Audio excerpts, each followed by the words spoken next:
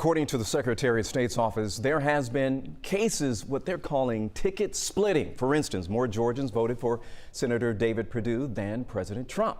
Our very own Hope Ford got those numbers that shows more people actually voted in the presidential race overall.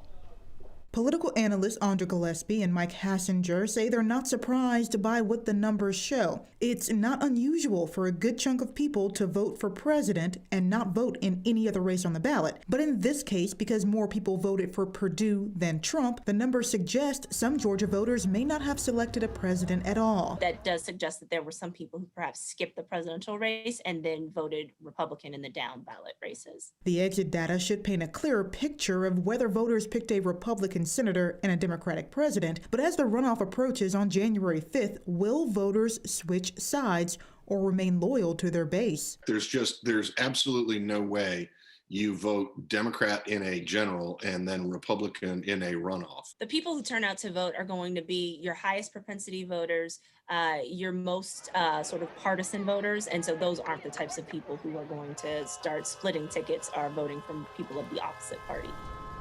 And I reached out to Senators Perdue and Loeffler's camps to see if they will continue with their strong support of President Trump throughout the runoff process. They haven't responded yet, but the analysts tell me they suspect that they will for two reasons. One, Trump supporters are extremely loyal, and Perdue and Loeffler would want them to come back to vote in the runoff election because voter turnout is key. And two, based on their actions today of calling out fellow Republican and Secretary of State Raffensperger to resign.